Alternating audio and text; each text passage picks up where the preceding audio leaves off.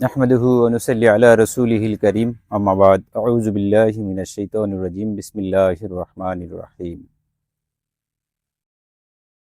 ওয়াল্লাযীনা আমানু আশাদ্দু হুব্বান লিল্লাহ ইলা আখিরিল আয়া।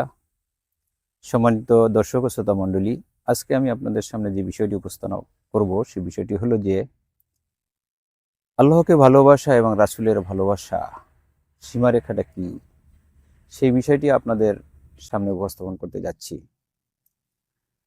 আল্লাহ রাব্বুল আলামিন পবিত্র কোরআনের সূরা বাকারার 165 নম্বর আয়াতে ইরশাদ করেছেন, যারা ঈমান এনেছে তারা সব কিছুর চেয়ে আল্লাহকে বেশি ভালোবাসেন। এখানে আল্লাহর ভালোবাসা অগ্রাধিকার পাবে না রাসূল সাল্লাল্লাহু আলাইহি সাল্লামের ভালোবাসা অগ্রাধিকার পাবে, সেই বিষয়টি আমি আপনাদের সামনে উপস্থাপন করব। একজন ঈমানদারের দাবি হচ্ছে আল্লাহ তাআলাকে সবথেকে বেশি ভালোবাসবে, এটাই তার ঈমানের দাবি। এবার সে কথাই এই সূরা বাকারার 165 নম্বর আয়াতে খুব পরিষ্কারভাবে বলা হয়েছে। তাহলে আমরা আল্লাহকে কতটুকু ভালোবাসবো এবং রাসূলকে কতটুকু ভালোবাসবো? রাসূল সাল্লাল্লাহু আলাইহি সাল্লামের ভালোবাসার ব্যাপারে মহান রব্বুল আলামিন পবিত্র কোরআনের সূরা আল ইমরানের 131 নম্বর আয়াতে ইরশাদ করেন, বিসমিল্লাহির রহমানির রহিম, কুল ইন কুনতুম তুহিব্বুনাল্লাহা ফাত্তাবিউনি ইউহিব্বুকুমুল্লাহু ওয়া ইয়াগফির লাকুম যুনুবাকুম আল্লাহু গফুরুর রহিম। এখানে আল্লাহ রব্বুল আলামিন স্পষ্টভাবে বলে দিয়েছেন যে তোমরা যদি আমার ভালোবাসা পেতে চাও তাহলে তুমি আমার রাসূলকে ভালোবাসো। তাহলে বোঝা যাচ্ছে যে রাসূলকে ভালোবাসা, আল্লাহকে ভালোবাসা পরস্পর পরিপূরক এবং সর্বাগ্রে আল্লাহকেই ভালোবাসতে হবে, তারপর রাসূল সাল্লাল্লাহু আলাইহি সাল্লামকে ভালোবাসতে হবে। এবং রাসূলের ভালোবাসাটা কি, এটা ব্যাখ্যা করতে গিয়ে আল্লাহ রাসূল সাল্লাল্লাহু আলাইহি সাল্লাম বলেছেন, লা ইউমিনু আহাদুকুম হাত্তা আকুনা আহাব্বা ইলাইহি মিন ওয়ালাদিহি ওয়া ওয়ালিদিহি ওয়ান নাসি আজমাইন। এখানে বলেছেন তোমার সন্তান সন্ততি, পিতা মাতা এবং সমস্ত মানুষ থেকে রাসূলকে যদি ভালো না বাসো তাহলে তোমার ঈমানের পরিপূর্ণতা পাবে না। সুতরাং পৃথিবীর সব কিছুর চেয়ে আল্লাহ রাসূলকে বেশি ভালোবাসতে হবে।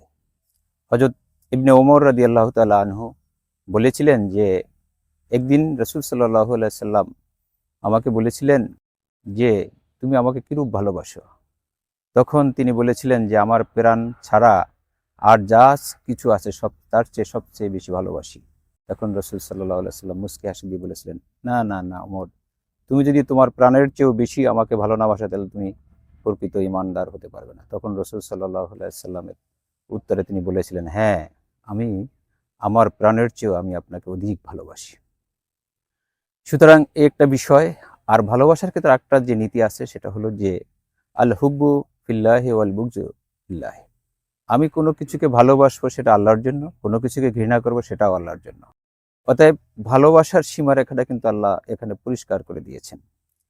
আল্লাহ রাব্বুল আলামিন আর একটা বিষয় দেখেন আমাদের কাছে আরও স্পষ্ট হয়ে যাবে। আমরা একজন মুমিন হিসেবে আমাদেরকে যে বিষয়টা দরকার, সর্বাগ্রে আল্লাহর উপর ভালোবাসা পোষণ করব, তার পরপরই রাসূল সাল্লাল্লাহু আলাইহি সাল্লামের উপর ভালোবাসা পোষণ করব। এবং ভালোবাসার ক্ষেত্রে, কাউকে ঘৃণার ক্ষেত্রে যে মাপকাঠি সেটা হলো যে সবকিছু আল্লাহর জন্যই করতে হবে। আল্লাহ রাব্বুল আলামিন অন্য আয়াতে ইরশাদ করেছেন যে মাইয়ুতির রাসূলা ফাকাদ আতা আল্লাহ। যে ব্যক্তি আল্লাহ রাসূলকে অনুসরণ করে সেই আল্লাহর তাআলাকে যেন অনুসরণ করলো। অর্থাৎ এখানে আল্লাহর রাসূলের সাথে ভালোবাসাটা আল্লাহ রাব্বুল আলামিন সম্পূরক করে দিয়েছেন, মানে একটি অপরটির পরিপূরক করে দিয়েছেন। আমরা দেখেন একজন কাফের যদি তার ঈমান আনয়ন করে, সে কিন্তু পরবর্তীতে আর কুফরির দিকে ফিরে যেতে চায় না, যেরূপ সে কখনই আর অগ্নিকাণ্ডের ভিতরে নিক্ষিপ্ত হতে চায় না।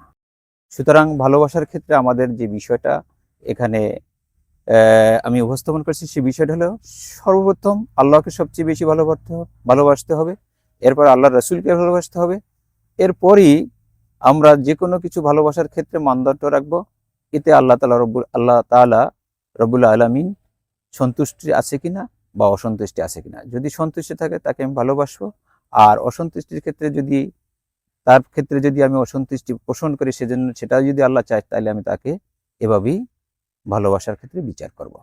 আল্লাহ রাব্বুল আলামিন এই ভালোবাসার মানদণ্ডটি আমাদেরকে বোঝার তৌফিক দান করুন এবং সেভাবে আমল করার তৌফিক দান করুন। আসসালামু আলাইকুম ওয়া রাহমাতুল্লাহি ওয়া বারাকাতুহু।